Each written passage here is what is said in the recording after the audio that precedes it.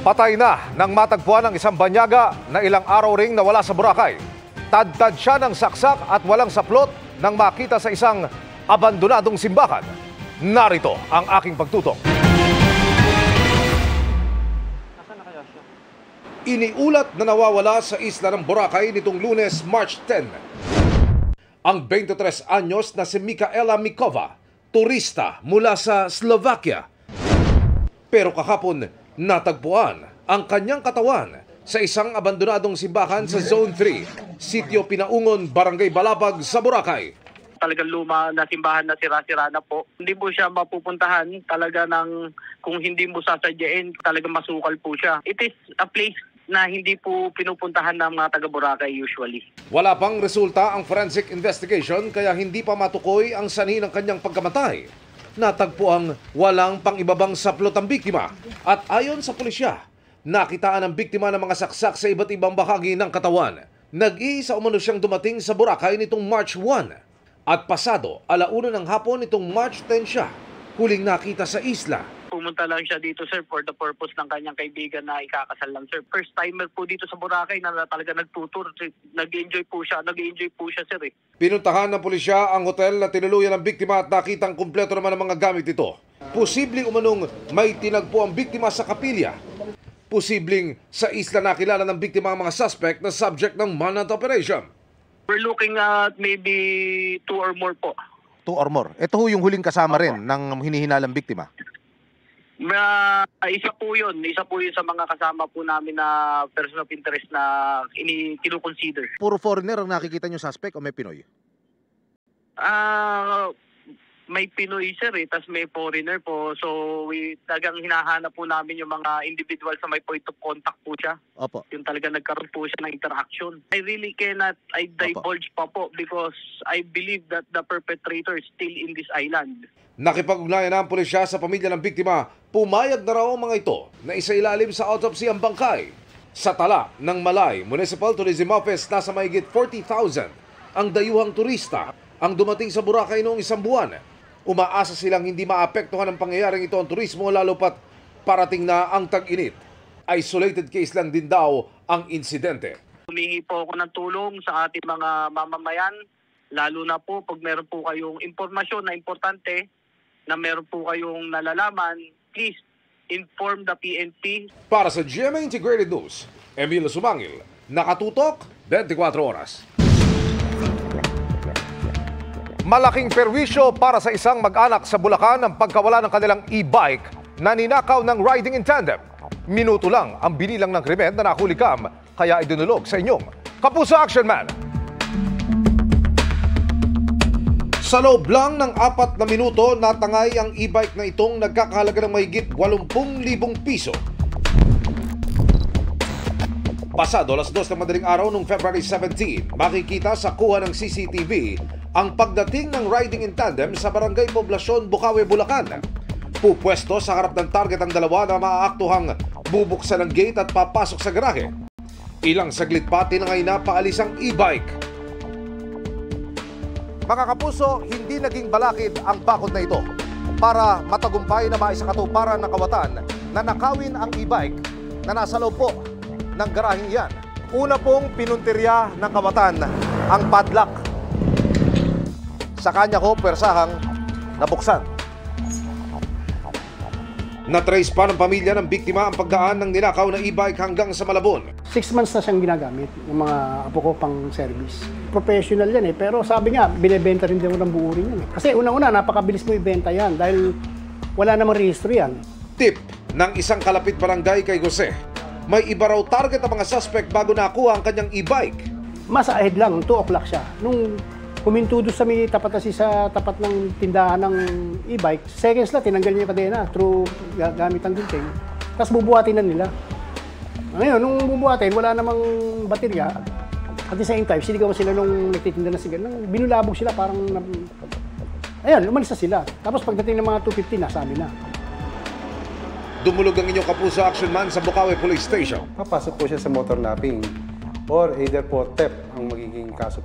May coordinate natin doon sa mga karatig natin, mga munisipyo, mga bayan. May kumpara din natin doon sa mga previous natin na mga insidente. Mahirap na ma-recover yun eh. Sa totoo lang, tanggapin na namin. Ang gusto ko, mahuli na. Kami lang ang merong video na possible. Doon po sa mga biktima ng mga kahintulad na insidente, ipagbigay alam lang po, pumunta dito sa amin sa Bukawi Police Station upang kagyat namin silang matulungan.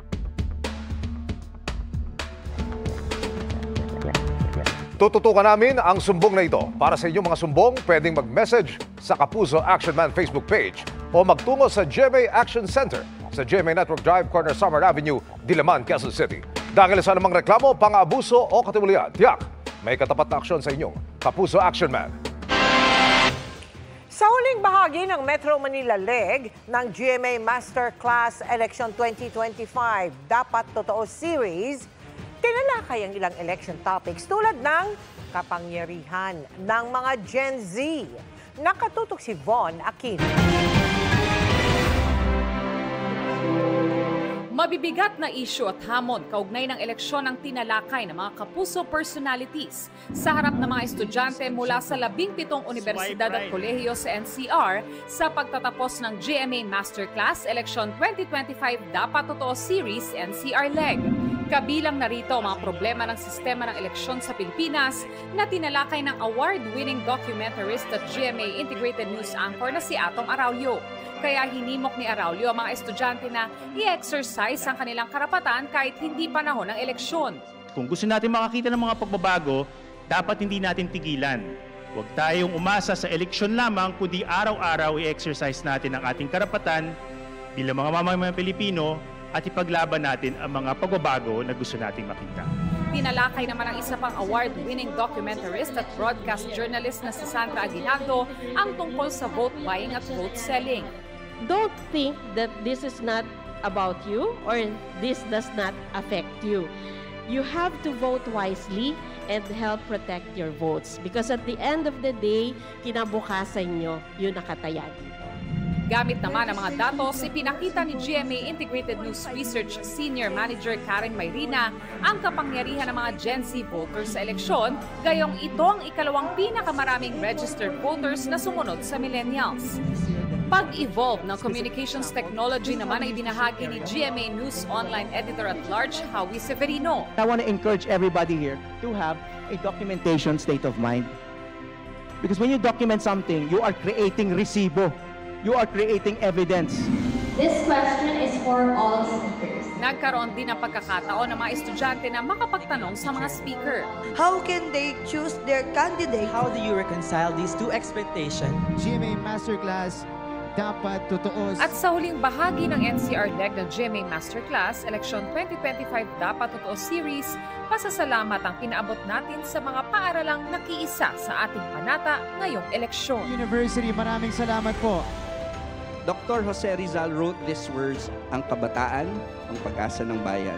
We are hopeful you will try to live up to his words, just as we are hopeful you will join us in upholding an honest and truthful election, and further join us in our fight against misinformation and disinformation. This event is an important venue for providing students with information, knowledge, and inspiration from leaders in various fields. Para sa GMA Integrated News, Von Aquino, nakatutok, 24 oras.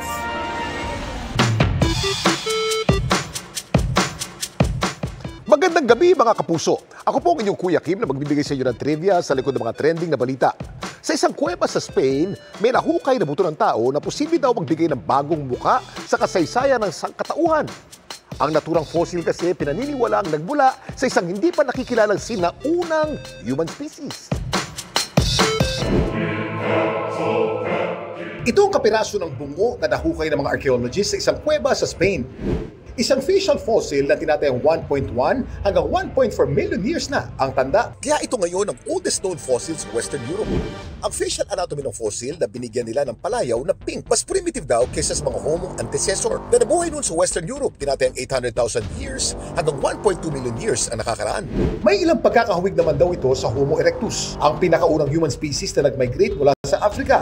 Pero dahil kapiraso lamang ang na-recover na fossil, patuloy pa ngayon ang pagsasaliksik ng mga eksperto para matiyak kung si pink ay kabilang nga ba sa isang hindi natutukoy na ancient human species.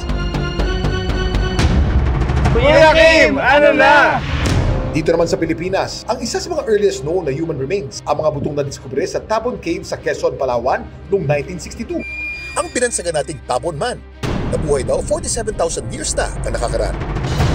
Pero mula taong 2007, may mga nadiskubring fossils sa Cagayan mas matanda pa raw kaysa sa Tabon Man. Alam niyo ba kung gaano katanda ang ninuno nating ito?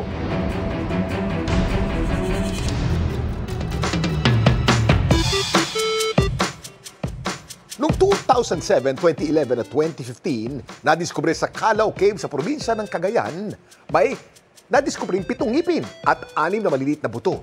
Matapos ang masusing pag-aaral sa mga ito, napag-alaman na 67,000 years na pala ang tanda.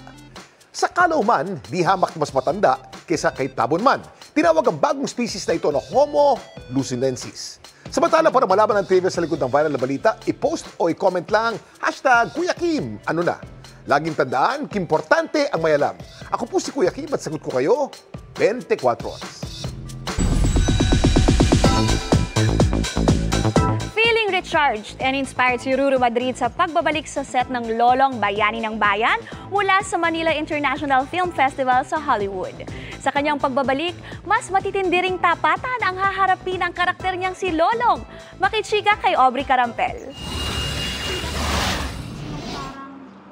Fresh from Los Angeles, California sa Amerika, si Kapuso Prime action hero Ruru Madrid na dumalo sa Manila International Film Festival sa Hollywood, kung saan nakasama niya sina Sofia Pablo, Dingdong Dantes at Lolong co-star na si John Arcilla.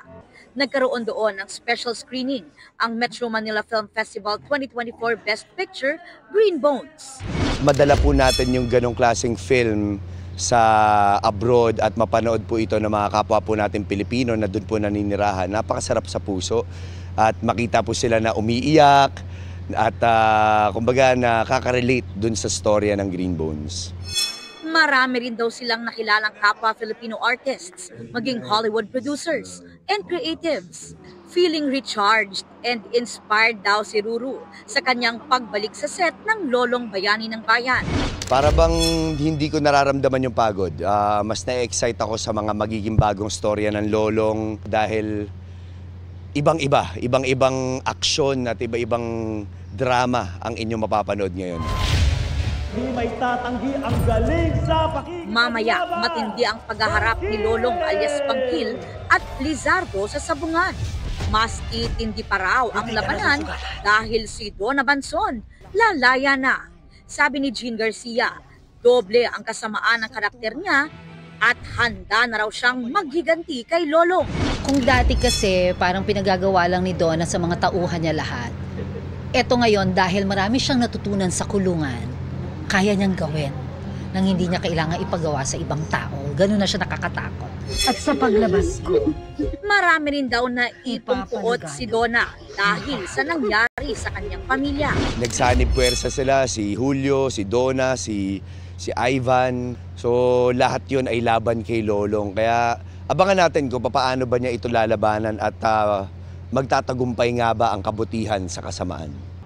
Aubrey Carampel, updated sa Showbiz Happenings.